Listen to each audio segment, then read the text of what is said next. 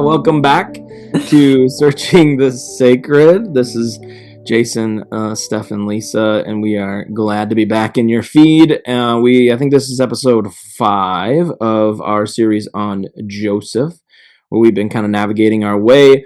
Last time we saw Joseph, he was imprisoned and was forgotten by the cupbearer who had been reinstated by Pharaoh to his position, and just forgot Joseph. And we wrestled with, what does it mean for people to be forgetful? What does it mean for us to be blessed or to experience the hesed of God and yet still experience some of the horrors of the world and the pain of the world? And we kind of left it with that wrestle. And so we trust that wrestle was real for you as you navigate life. And now we're going to kind of move into the next phase of Joseph's story, and we're going to see things start to take a shift. And so we are acknowledging that 2 years have passed, and Pharaoh is going to have some dreams, and they're looking for someone to help out, and they can't find anyone. And then the cupbearer says, "I know a guy." And so Lisa's going to pick it up in the middle of chapter 41. Okay.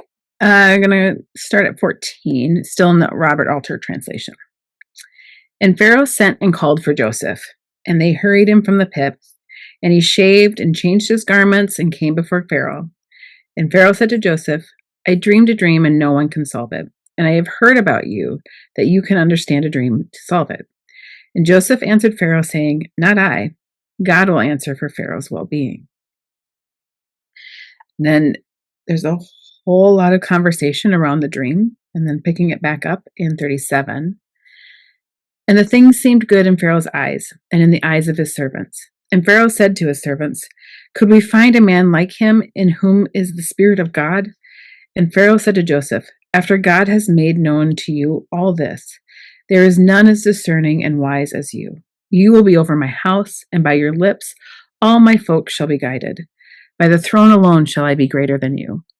And Pharaoh said to Joseph, "See, I have set you over all the land of Egypt." And Pharaoh took off his ring from his hand and put it on Joseph's hand, and had him clothed in fine linen clothes, and placed the golden collar around his neck. And he had him ride in the chariot of his victory. And they called out before him, "Abrach," setting him over all the land of Egypt. And Pharaoh said to Joseph, "I am Pharaoh. Without you, no man shall rise hand or foot in all the land of Egypt." And Pharaoh called Joseph's name Zaphenath-paneah, and gave him Asenath, daughter of Potiphar, priest of On, as wife. And Joseph went out over the land of Egypt. And Joseph was 30 years old when he stood before Pharaoh, king of Egypt. And Joseph went out of Pharaoh's presence and passed through all the land of Egypt. Okay, quite a shift of story for Joseph in this chapter. Good job with those names, Lisa. Yeah. You just say it like you know it. Say it like it was Good example. You just read with confidence. You just do it. You just Don't worry about it. with confidence. Yep. Don't worry about it, everybody. Just try it. Just try your best with the names. Just do your best. Okay. I'm gonna start with my thing that I saw, which I don't think I've ever thought about before. Joseph has had similar risings in power with Potiphar's house, where he's over the whole thing, second only to the head of the household. I mean, this is another level of power. But what is interesting to note is that in this exchange, he gets a wife. And it makes me wonder if Joseph asked for it. If there was something in Joseph that said, I need to have somebody here that will protect me from other things happening. Because of how he had experienced Potiphar's wife and all the things that led to where he ended up. It's noticeable that here he gets a wife. Yeah, how is the third time different than the first or the second? Because this is the third time he's been made second in command. Just a very different thing. So he was second in command in Potiphar's house. He was second in command in the prison. and now he's second in command of Egypt. Those are not all equal second in commands, but there is some pattern of like Joseph quickly rising. And what has he been learning along the way about what it means to quickly rise? You know, you mentioned like the idea of it's protection for Joseph, but I wonder if it's protection for Pharaoh. Mm. Like I'm gonna put this guy in charge of everything, but in order to make sure that he doesn't, think this is all about, like I'm gonna tie him to us in a way that is gonna he can't just go off on his own in case he isn't what we think he is. Like, and it's not just any wife; it's a wife of power, right? He's tied to, isn't it the religion, right? Mm-hmm. It's a Yeah, priest of priest. So wow. the daughter of a priest. So like there's some religious component, which is interesting because even Pharaoh acknowledges that like Yahweh, I don't know if it's Yah, it's probably not Yahweh, but it's some word for God that is not just any God, it's a Hebrew God. Um and so yeah, that's one of the things I noticed is that like Pharaoh was the one that was like recognizing like, okay, there's something about, we got to find some godly person like this. Mm-hmm. The spirit of God is on this one. There's a really interesting thread in Genesis 41 about the ruach of God.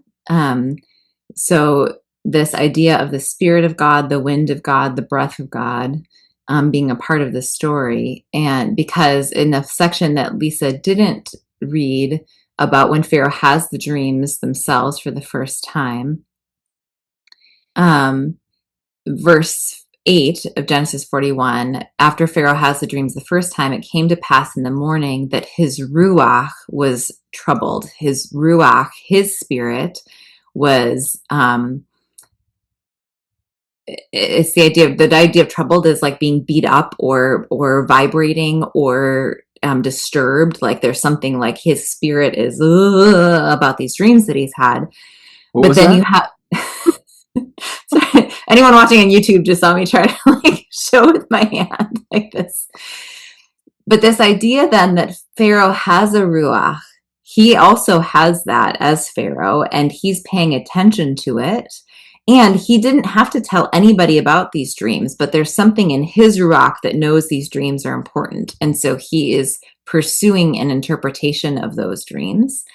And then when it gets all the way down to Joseph having interpreted them, he says about Joseph, there's no one, we can't find one as this, in whom the ruach of God is. So that's the language that he's using. So it's general and particular at the same time. So it's not the name of the Hebrew God, but it is this ruach idea that there's a spirit, there's a breath, there's a wind that he felt inside of himself that he also feels and sees in Joseph, and that's a part of why he's rising Joseph to power. Joseph uses that name of God.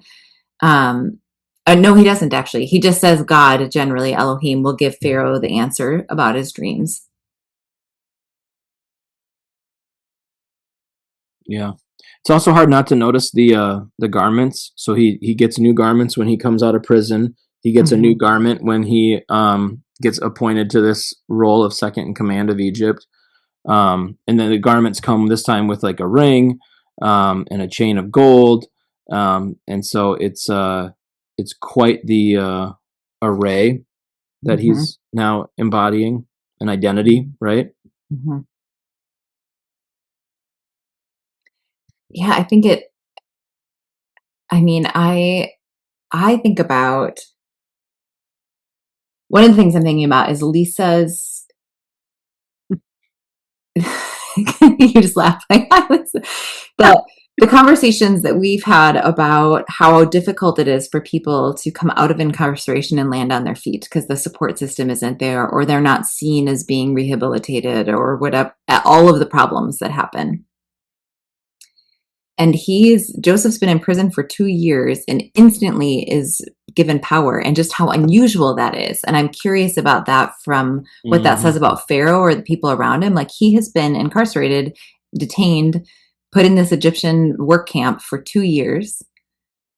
And because he interprets dreams well, he suddenly is second in command. Like, that's just a giant shift that is really unusual, I think.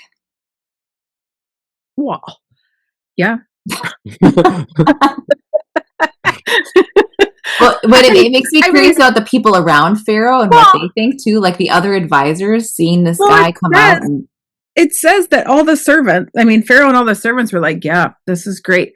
It makes me, I'm just curious, like, it feels like they know how important that dream is. Mm. Like, Joseph gets the ability to interpret this, like, linchpin dream for the future of Egypt. Like, this solidifies some power for what we in the future learn is like 400 years of it. Mm-hmm.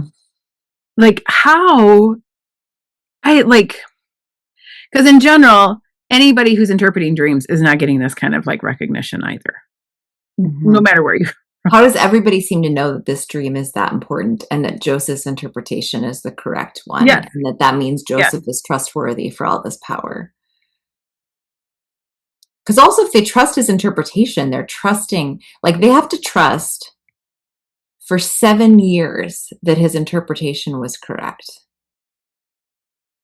Because the abundance, for those who don't know or remember the dreams, it's this dream that there's 7 fat cows followed by 7 skinny cows, or 7 big heads of grain compared after. So he's going to then stock up for the 7 years of abundance so that they have provision for the 7 years of drought. But that means that Joseph isn't proven right until 7 years from now. Yeah. And so even if they are lifting him up now, do they keep trusting him for the 7 years? At some point, are some of the advisors like, what if he was wrong and he's just stockpiling this? And well, at some level, there's no risk. If he's just stockpiling during abundance, who cares? Like, there's abundance. No one's going without. And they're just stockpiling. What's the worst thing that happens? They keep having abundance and they end up having to get rid of some. They don't need it. Like, it's abundance. Like, it's unnecessary. Abundance is only necessary if there is a famine. Mm-hmm. Otherwise, it's just excess. Well, that also makes me think about, like, they trust his interpretation of the dream in part because the interpretation is good news. Like, I compare that to things like Jeremiah's prophecies and how he's put in prison by the king of Judah because they don't like what he has to say. And here Joseph's response is like, you're going to have 7 years of abundance. So, of course, the Pharaoh's like, awesome, great. Like, if it started out like, you're going to have 7 years of drought. Right. What if the drought was first? For 7 years. You got to hang in there for the 7 years. Feels very different. Like, you gaining your credibility based on awful things is not ideal. Mm-hmm. Like, if you were the person who's like, this is the lottery ticket numbers, and you were right a couple of times, people would like you. Mm-hmm. Mm-hmm. He has a little bit of street cred from the cupbearer. but that's not a lot. But it's different because he doesn't know the lottery numbers for one person. He knows the lottery number for everybody. There's abundance for everybody. And the thing about and we're gonna have to get way more into this as we go, whether or not it's this episode or not, but and probably in a future episode for sure.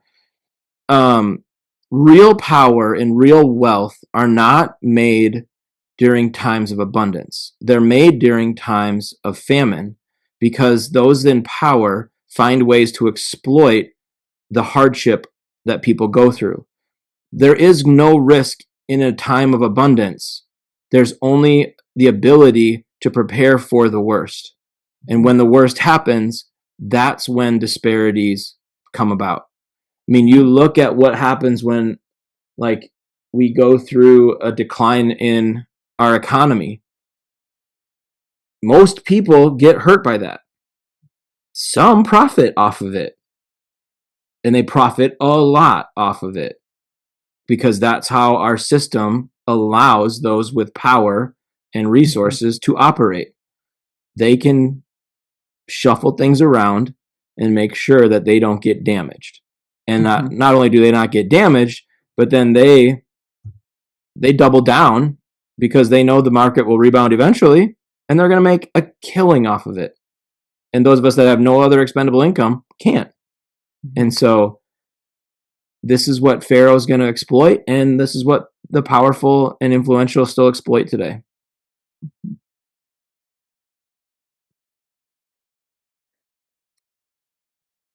Yeah, well, that also makes me think about what Pharaoh doesn't do, which is Pharaoh doesn't make Joseph stronger than him. Like he still holds the cards. And making Pharaoh, like making Joseph second in command, means at any point Pharaoh can take that away.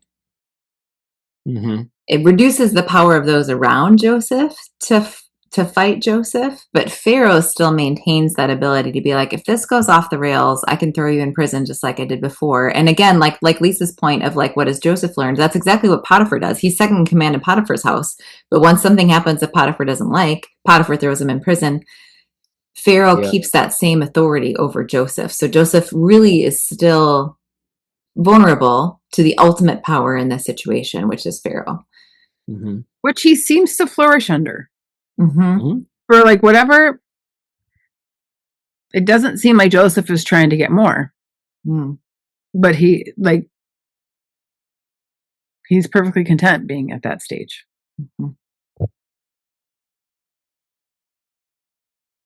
But anything's better than where he came from.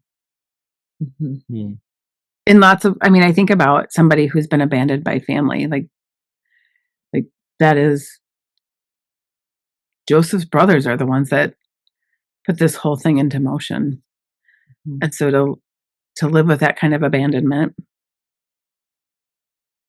you probably do have a really unique understanding of power and dynamics and relationships and a certain way of being able to protect yourself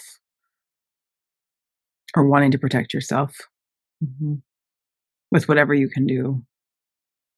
Yeah, maybe it makes me think about how we end up prepared for where we are without realizing it was preparation for where we were going. How did Joseph's relationship with his brothers prepare him for the role in Potiphar's house, which prepared him for the role in prison, which prepared him for the role with Pharaoh? Like how does he actually have the skills to navigate complicated power dynamics based on all of that history that's come before, including the history with his brothers? I think it's interesting. I've never really looked into before this choosing the verses that Lisa chose today of like the fact that he's given a wife who is the child of the priest of On. I was just looking at what On was as we think about these power dynamics. So On is a city. It's in Lower Egypt. It borders Goshen, but it's known as the center of sun worship. And so when we think about the Egyptian gods and how they have worshipped multiple gods, Joseph is specifically being tied to the family of priests that worship the sun, which I believe, if I remember correctly, is the second god of Egypt because Pharaoh is the first god. So it's still like solidifying a certain amount of power, but it's also solidifying the second place power. The sun god is secondary to the Pharaoh god in Egypt. And that is the family that Joseph is being given a wife from, is the priest of the sun god worship. So I'm curious about that even being a part of power dynamics that is both elevating and restricting at the same time as not Pharaoh's house or Pharaoh's worship or Pharaoh's advisors.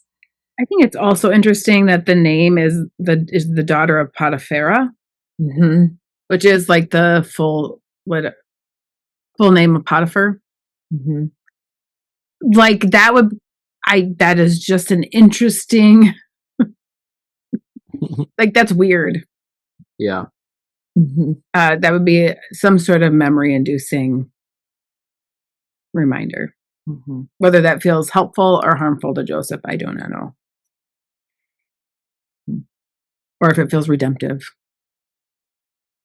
I don't know.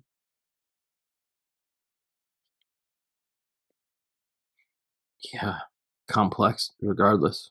Yeah. Well, you wonder about all the things that Joseph is processing as this is happening to him.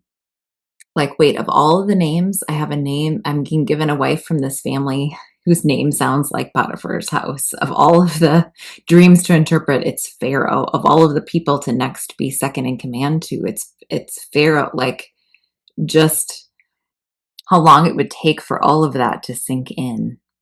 And Joseph is still young and a lot of time has passed. I think, like, as a part of all of that, I'm thinking about the fact that he's He's 30. only 30. Yeah. Yeah. And so that's both like a lot of time. When we met Joseph in Genesis 37, he's 17. And so it's a little unclear what happened. So we know that he was in prison for 2 years because 41 starts that way.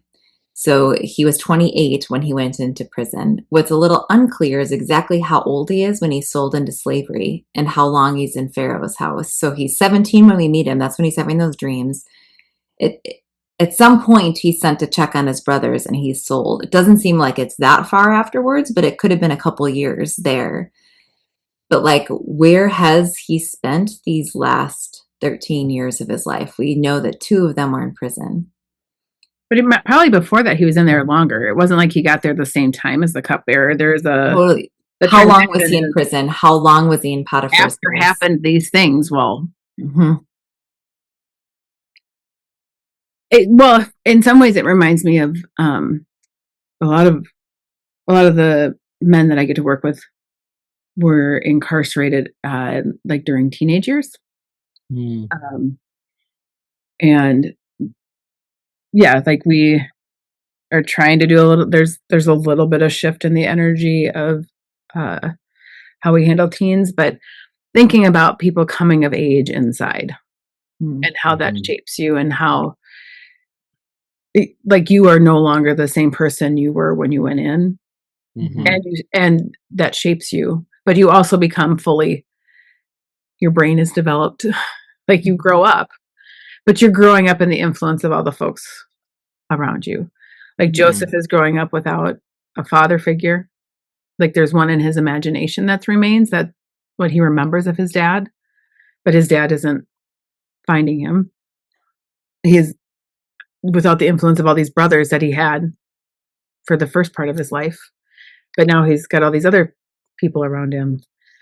And like how maybe like Joseph is just always searching for those influences, which is why he ends up in that second position. There's a way that he's always searching for some of that, but it's a lot to come of age inside of a prison. Yeah, and I think that's really it seems as though this story implies that he's still probably under 20 when he gets sold into slavery. It doesn't seem like that much time is passing between the dreams and when his brothers throw him in a pit. So clearly, I think we know that he's less than 27 because of like how the trajectory of being Potiphar's house in prison, which means he does not yet have a fully developed prefrontal cortex. And so we can apply that to the biblical characters to say his brain development is finishing in Egypt. How is that affecting who he becomes, what he values, who he looks up to? Like he is being formed in this place as someone who was an early adult, late adolescent when he got there. Like there's something that happens, like I would imagine, again, like we refer to him as Joseph. I don't think I've ever referred to him as his Egyptian name, but he's given this Egyptian name.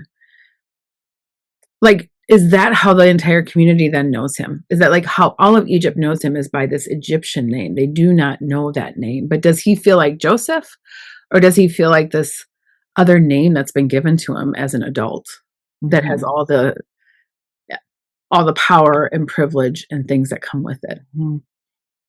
Because he doesn't lose his power ever.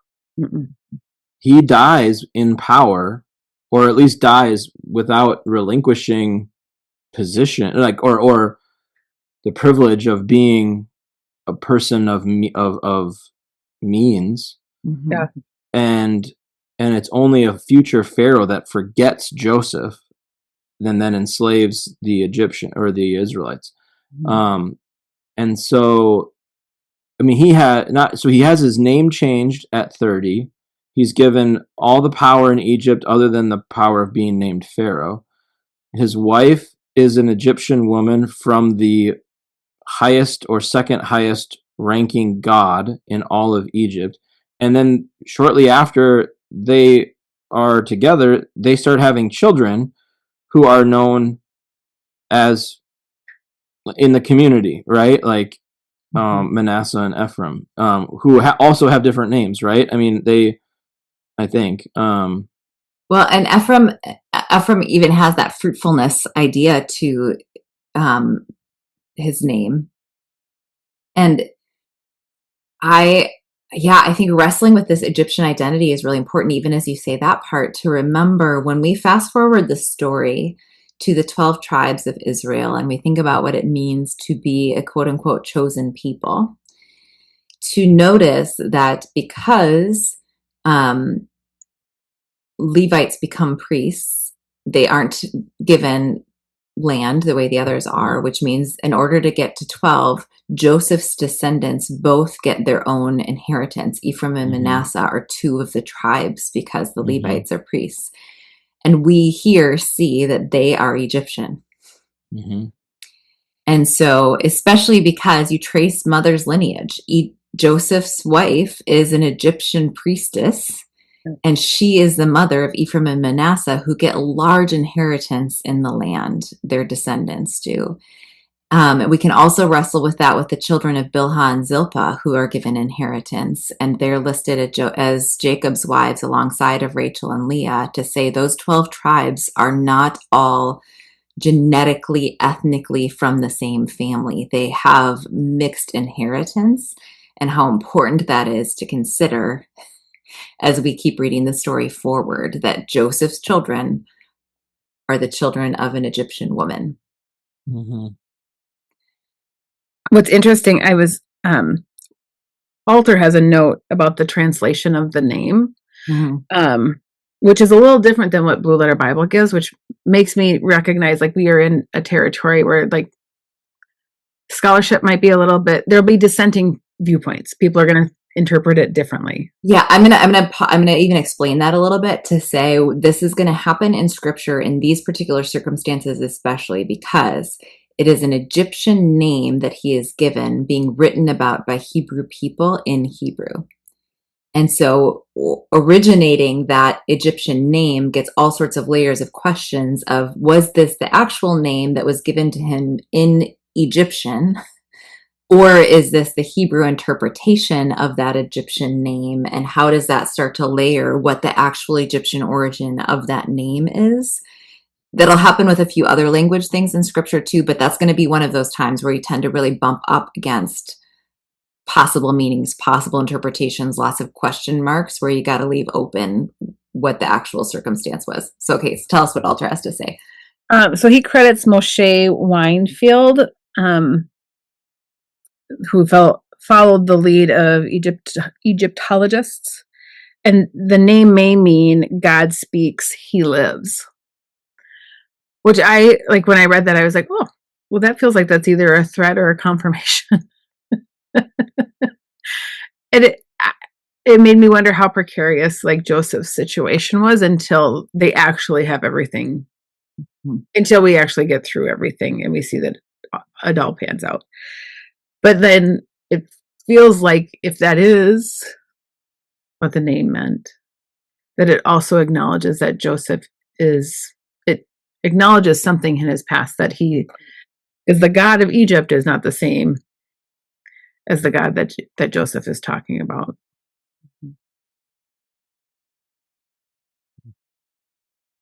Yeah, it like raises the question of, how is everybody seeing what's happening here? So live time, how are the Egyptians seeing Joseph? And through the lens of memory, how are the Hebrew people seeing Joseph? And how are those colliding in his name?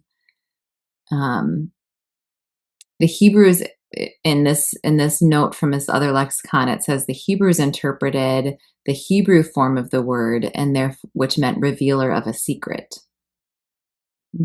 and which also then fits from the Hebrew perspective on like what Joseph is doing, that he's revealing something that he sees based on how God has formed him. But Pharaoh seems to be giving them this name of like God speaking through him, which is still then a recognition of it not being Joseph. Like there is this thing that's happening in Joseph where as much power as he keeps being given, he's always second, but he also always makes himself second to God.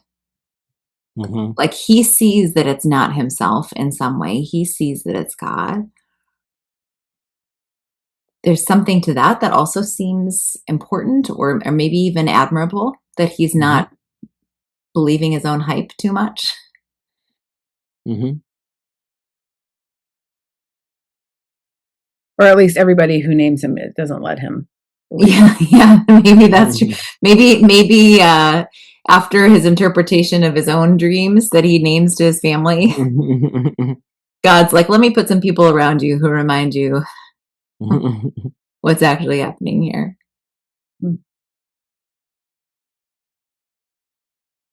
That's interesting. It's interesting because that actually does happen, right? And we'll talk about that soon. But like, it's a little bit of like Joseph has to, learn humility, and he's learned it in some of the most horrific ways imaginable. But then because he learns it, the thing that originally was seen as pretty arrogant and harmful to his relationships is still actually going to be what actually happens. So, I almost wonder, and this is maybe getting ahead of ourselves. This is getting ahead of ourselves. But what Joseph will do at the end of all of this, I wonder if actually getting his dream to come true from childhood actually messes up everything. Because the humility that he has learned, maybe it goes away. Well, because we're never done learning those kinds of things. Never done. Like humility is not a thing that like you have it. It's that, like you have to practice it, and of course you can forget it. Like I love the work. I love that you're pointing that out, Jason, because I love the work of scripture where we say, let this human exist in this story. Don't make this human the human of the next story yet. Sometimes people keep changing for the better. Sometimes people keep changing for the worse. Sometimes people go up and down, because isn't that the human narrative? But at this point of the story, we can see a Joseph that seems to have learned some things, who seems to understand that this is God, not him, who seems to be willing to interpret this dream, to see we didn't talk about this yet, but he talks about Pharaoh's shalom. Like he has this sense of he's still carrying something of the shalom that he was asked to go seek from his brothers, but he's applying it towards Pharaoh. Like this Joseph seems to be a pretty good Joseph. And yeah, I mean, I think he may or may there's not stay there. Examples. Yeah. There's a lot of examples of this. I think one of the most notable is Solomon. We always grew up hearing about how great Solomon was, right? The wisest man ever to live, and he solves problems so beautifully, and it's just amazing how wise this person is. And I mean, the fact that he asked for wisdom when he could have been given anything from the Lord is just like shows how wise he actually is, right? And yet, like, you come to learn that, actually what he does with that is causes the downfall of the entire kingdom. Like, yeah. He's the opposite of what we should aspire to. But at some points of his life, he is what we should aspire to. 100%. And how does that... Ain't that true for all of us? Like, totally. Like there are times where like you're at your best, and times you are not.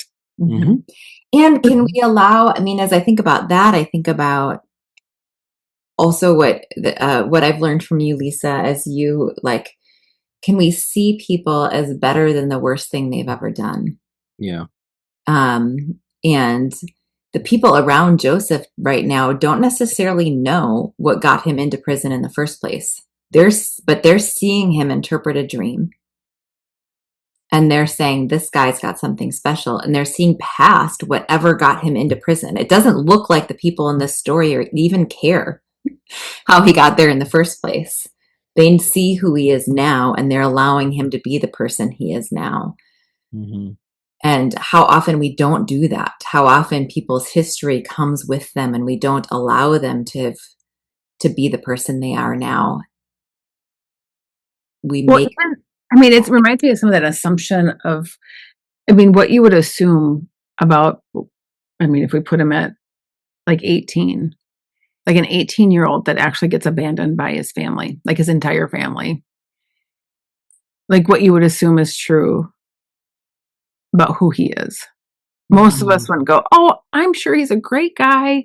His family's a crazy one. Right? Like there's interesting tales that we tell from an outside perspective until we actually get into the story.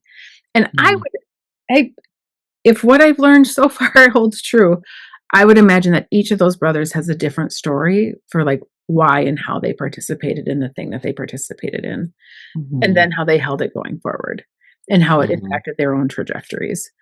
Because like it's just always so much more than the one moment or the one action or the one thing, or even if you've done it your whole life. It's like the conversation around Paul and Paul's conversion.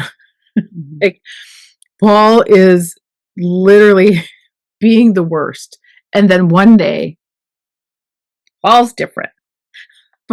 Paul's done, and he's on the side that he has been coming after to kill. And like everybody is supposed to just like be like, oh, welcome. Clearly you've changed. Welcome. You are changed and done. Like it's rather jarring, actually. And how often, what it would mean to folks if you actually believed that they had the potential for good. Like if you actually believe that the best is still in them, even if they're wrestling. It makes me think about too this idea that Jesus says later of a prophet is not respected in their hometown. Like would Joseph have been given this sort of power and authority? Would he be seen as someone with the Spirit of God in his own family? Or did this actually have to happen someplace else where he could have a fresh story, where he could be seen with new eyes?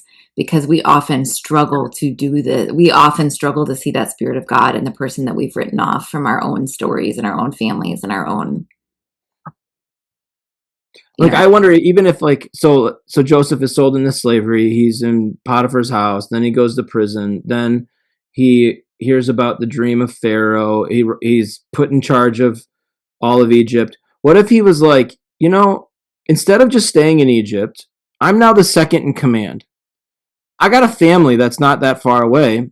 I'm going to go let them know that for 7 years, they should keep, some abundance because famine's coming. Then they won't have to rely on anyone else.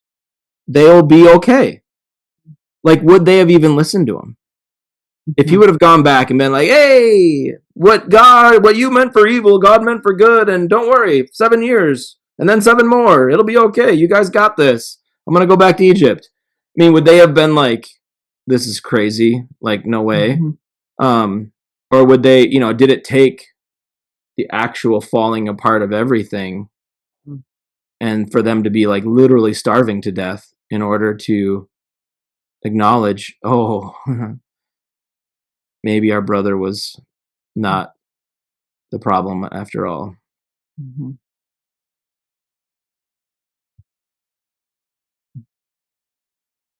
Yeah. It makes me wonder too if this felt satisfying to Joseph or not. Like being given this amount of power. Yeah, like if he has this wound that he's been carrying with him, is it one of those stories where nothing quite fills the void of that wound, even though it seems like it would? It's probably a yes and.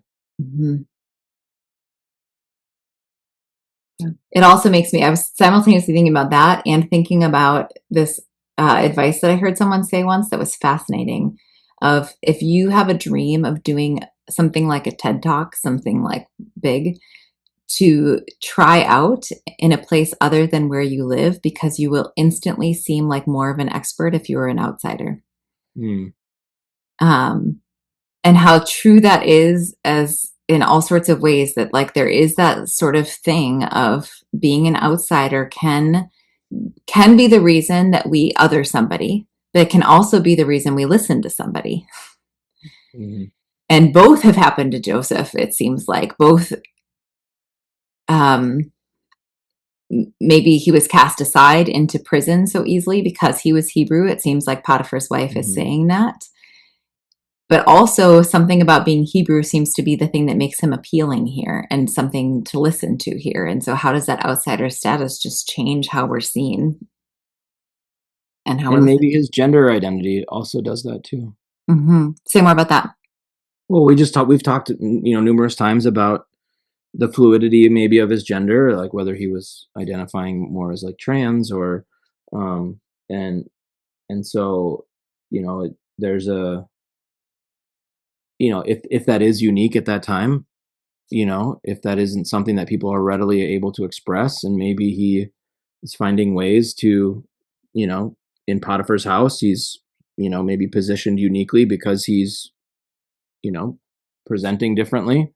We don't know how that could have played out in the prison. We don't know what Pharaoh saw in him. Is he less threatening, more, is it, like there's other cultures throughout human history have put people in positions of power connected to the divine because of, gender differences. And so like, I'm just, that could play a role in some of this. I don't know. And also, I mean, obviously we have a lot happening currently in how we're talking about and how people are treated in the human sexuality in the spectrum. But I also feel like that's not always what it's been across time, and it gets lost for us that like the way that we see things now is not how things have always been seen. Yeah. And so like I know even some of the indigenous conversations around two-spirit people, and how they've been held.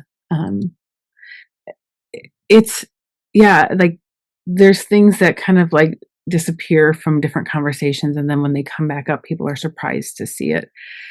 And so some ways I'm like, maybe nobody really had. It doesn't seem to be in the text. Like there's something about Joseph. We've got things going on with Joseph that clearly are not status quo when we're talking about male power. And it doesn't keep him out. No. His family struggles,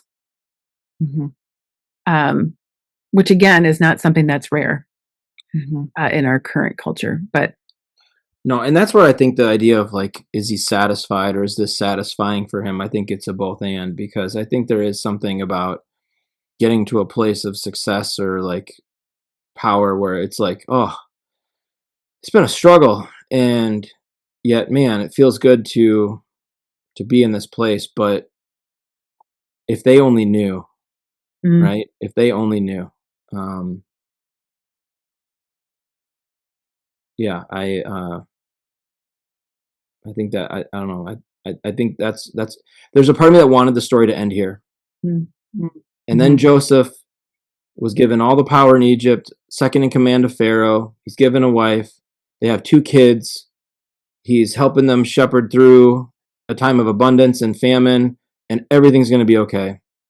Look at what God did. But we know the story can't end there, because there's got to be something with his family. Right? There's got to be something with his family. That has to happen. And I can, because I think that's the most vulnerable piece of it all. Which I feel like that's a good ending to this episode, to say, stay tuned. Yeah. Stay tuned for the next segment of his story, which is this: what do I now do? with this complicated family history when they stumble back into my life after all of these years.